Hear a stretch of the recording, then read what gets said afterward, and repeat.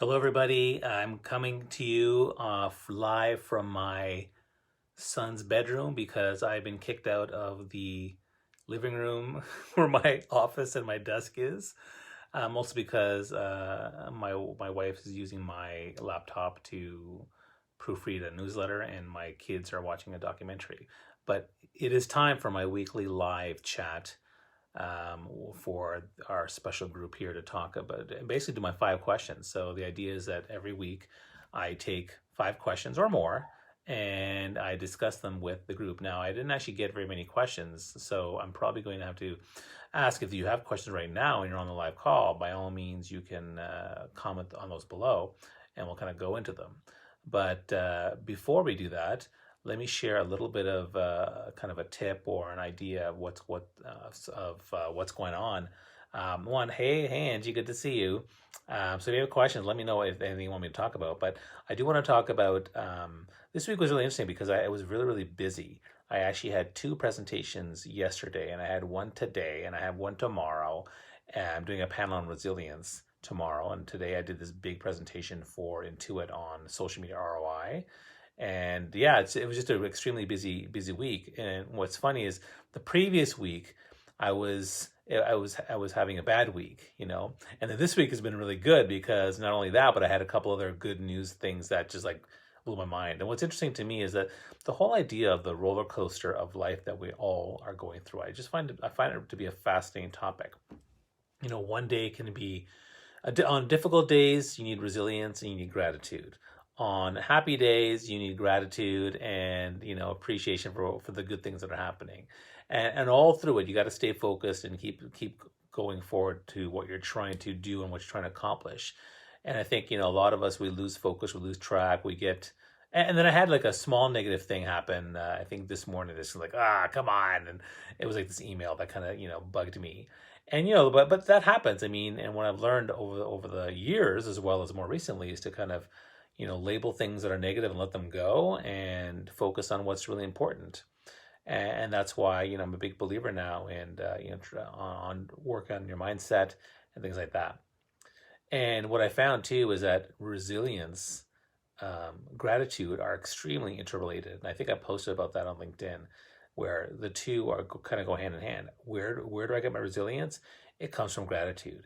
Given everything I've been through in the last 8 months, or things I've been through in other areas of my life, gratitude is the one area where I can find empathy for myself and focus on self-care, but also find a love and a connection to the world around me that supports me, surrounds me, and is part of and is integrated in terms of what I'm doing and where I'm going and how I can be fulfilled and thriving and successful.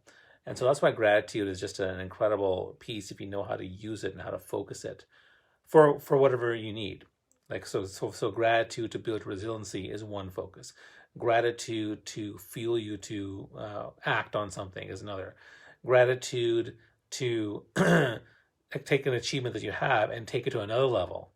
These are different types of focuses of gratitude that you can use for different parts of your life. So that's the one thing I kind of wanted to share with people. And normally I ask people to submit questions, and I didn't see any questions this week. So if you have questions, that's great. We can certainly do that. Otherwise, what I can do is, excuse me, the presentation I had today and yesterday and day before, 2 yesterday, people had tons of questions because they're all webinars and Q&A type formats. So one of them was for young people, and they were all like first year undergrads. And so the question was, so the question I can ask myself is if I could talk to my 18-year-old self before I started university and college, what would I ask? What would I tell myself? What's the message? And probably it would be something on the lines of invest time and energy into your personal brand, because I went into engineering because I liked math and physics, but I never thought about what the work would be like when I left my degree. And I didn't really think about what I was passionate about. I didn't think about my personality traits. I didn't think about what the workflow and the workplace would look like. I just ignored lots of things. I followed a path of success defined by the people, by my parents, by companies, by society. I did what other people um, said I should do, or at least I thought I should do, because the idea was, you know, get a degree, get a job, get a house, and 2.2 kids, and all that kind of stuff. And that's kind of the mindset I had at the time. And so that's the path I pursued. So I would tell my 18-year-old self, listen, really dive deep into knowing your personality traits, your values, your interests, your skills, and think about what kind of life you want to build. And then in doing so, then you can create something that makes more sense, because most people end up 80% of people in first year university end up doing something completely different with their lives. 76% of people are unfulfilled or dispassionate about their jobs because they didn't take the time to dive into their brand and really align it with everything that's important to them. And so I would tell my former self, that's what you should do. And the second thing would be to focus on relationships, really connect with people, and make deep connection with people, because that's going to be a driving force. Although I was already naturally doing that back then, and the friends I made are still among the best friends of my life even today. So I was always doing that. But the branding thing is something I never really thought about, and I, went down a path that, I didn't know was not something I was interested in. And by the time I got to third year university, I really was actually kind of disinterested in engineering. No offense, Angie, because I know you're an engineer. But I realized that I wasn't as good at it. I wasn't as into it. I was studying because I had to study, not because I was like really thrilled about thermodynamics and mechanics and fluids and solids and even the math, all the advanced math I was doing. I wasn't really that into it. It didn't really thrill me. What thrilled me more was doing musical theater at the time. So that's what's a very interesting thing to realize as I look back. So yeah, I think that's something I would tell people, and I told everyone there, because it was the foundation for everything. Because a lot of the young people were asking, well, how do I know what networking events to attend? How do I know what kind of LinkedIn profile to build? How do I know to choose between two different career paths? And the answer was the same every time: personal branding. Like, you won't know until you take the time to dive in and do the work. And most people, again, I've told many of this before, people don't want to do the work. They just don't. So that becomes a challenge. But the work is so essential. Um, Even just 10, 20 hours of foundational work will lead to a much more aligned and focused path to fulfillment, happiness, joy, and all that kind of stuff. So isn't that worth it to you? And I told them, I said, are you willing to invest 100 hours of your time for 450,000 hours of fulfillment, focus, and happiness? If you are, then 100 hours is nothing. 450,000 hours is 50 years. And that's what we want. We want 50 years plus of all this amazing life that we can live. And if I did it earlier back then it would have made a huge impact in my life. Not that I regret what I did. I mean, I think that I would have liked to have done a few things differently, but it's reflective and learning for what I can teach others like you in this group, in terms of what my experience has told me and how I can help you. So that's really kind of my take on that. And some people are saying the way he describes gratitude sounds like a sage perspective. Absolutely. I think that the learning about the sage perspective in the last 4 or 5 months has reframed how I look at gratitude. I mean, I've always talked about gratitude before, but now I have this extra layer of sage theory and philosophy to bring it on. And article, it's important to think about what makes you happy, not what everyone else says. Yeah, and we feel pressure. I mean, we feel a ton of pressure to not do it, to do what other people say. I mean, certainly my parents have wielded a lot of influence on me as a young.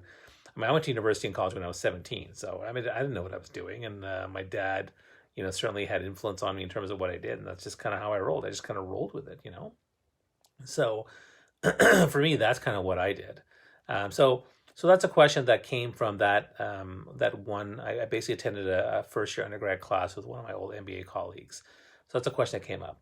Then yesterday I was doing a LinkedIn Local in Montreal event where I was talking about the power of connection, and particularly the future of connection now.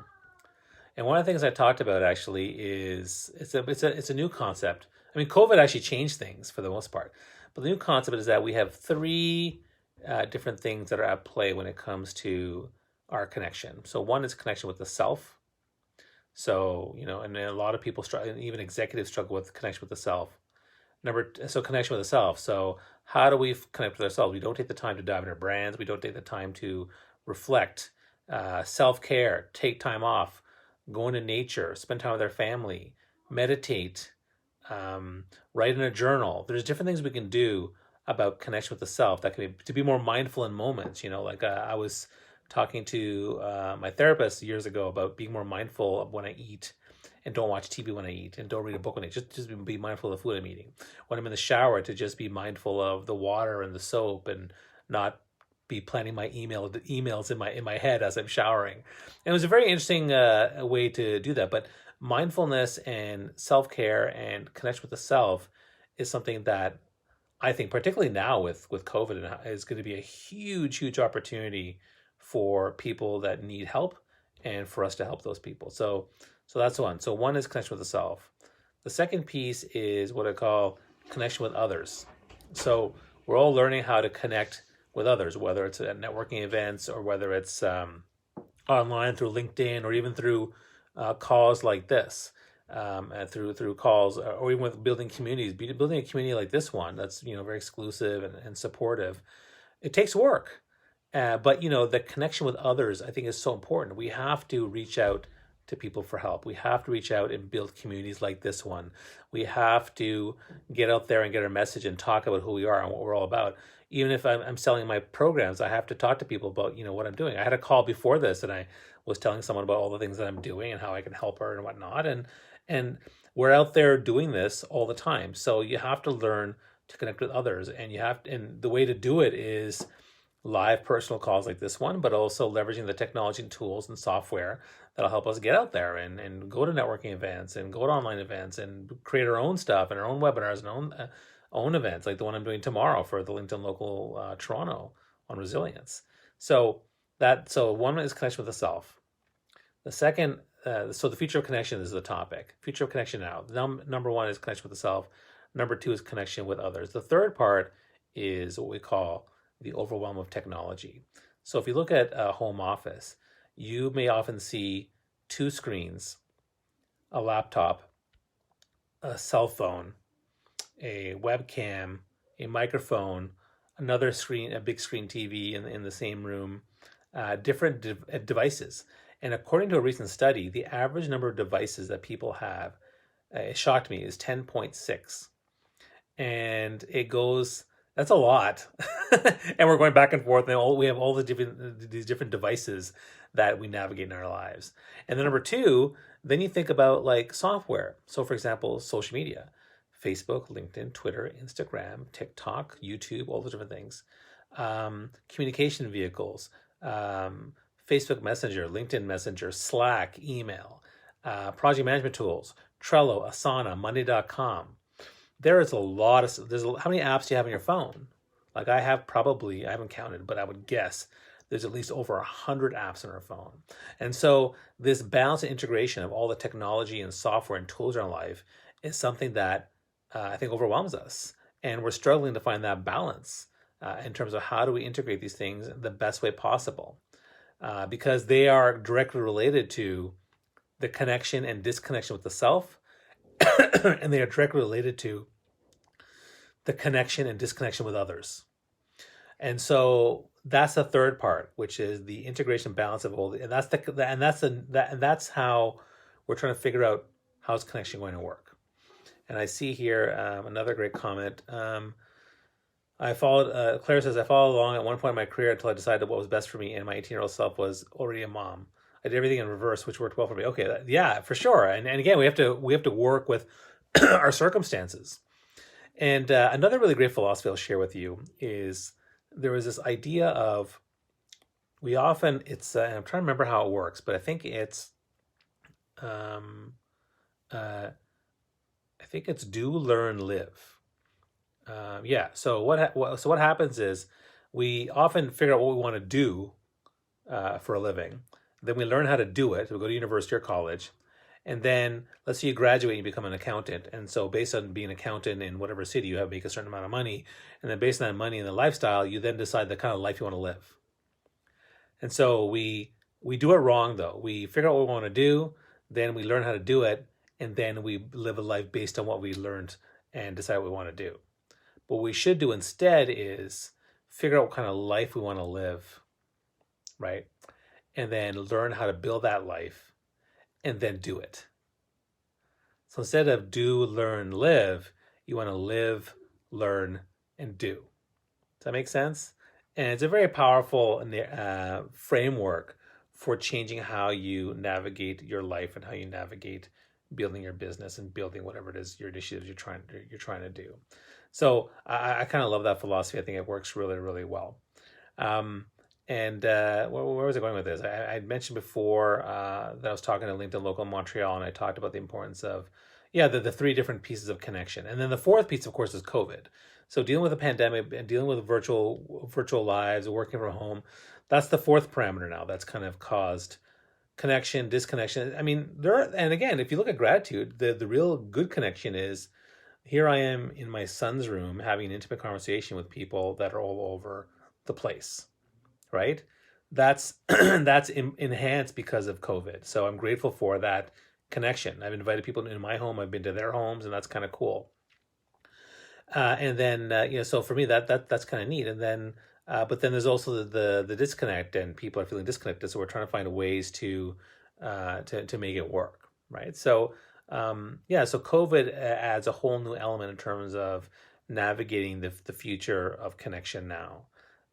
Connection with the self, connection with others, connection with balancing integration and technology, and now with COVID, because there's been a huge shift to virtual. And thank you for being grateful for me in this group. That's very kind of you to say. I think that I'm trying really hard to curate something amazing, which is people who are passionate about learning and growing and evolving, sharing our journey, and supporting one another to success and fulfillment. And that's the huge value that this exclusive group is providing, because no one else gets this except for you guys. And that's why I do these videos, because I want to, keep that in mind and encourage you all this is a chance for you to make something big with each other for us. So I always encourage you guys to share stuff, post things, and really take what we're doing here to that next level. Because if you share articles or videos or projects or PowerPoints or things you're working on, this is the best place to do it, because everyone here has been carefully curated because they are people who are passionate, they are smart, they are driven, and they really get the culture of what we're trying to create here. So that's really why I do these weekly videos. I actually upload them onto YouTube if you want to look at them, but they're also in the group, so you can always see them as well. But then they're private videos on the group. So that's really why I share that. And then today I had a call around social media ROI and ROR, the return on relationship. And so I talked about the importance of LinkedIn and how to leverage it. One of the things I talked about too was some of the new LinkedIn algorithm pieces that were freshly researched and published in October of 2020. And I shared a lot of those. And I talked about the importance of storytelling.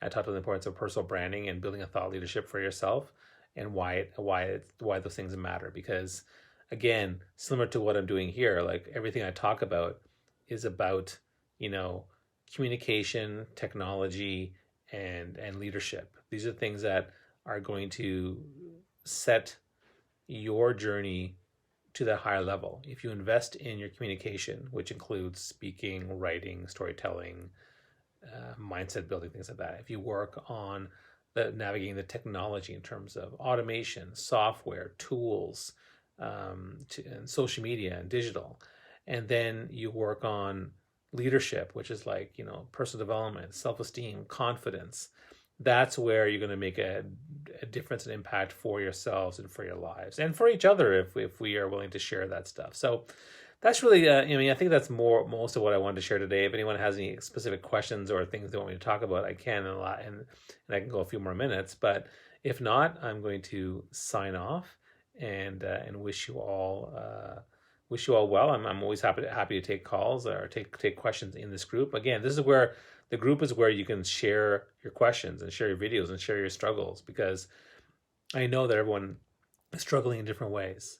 We're all busy, we're all overwhelmed, we're all uncertain, we're all trying to navigate our mindsets and navigate our projects, and it can become overwhelming. So I totally get it. So if there's anything I can do to help with that, or anything you want to help with, post in the group, share comments, share thoughts, and we can go from there. All right.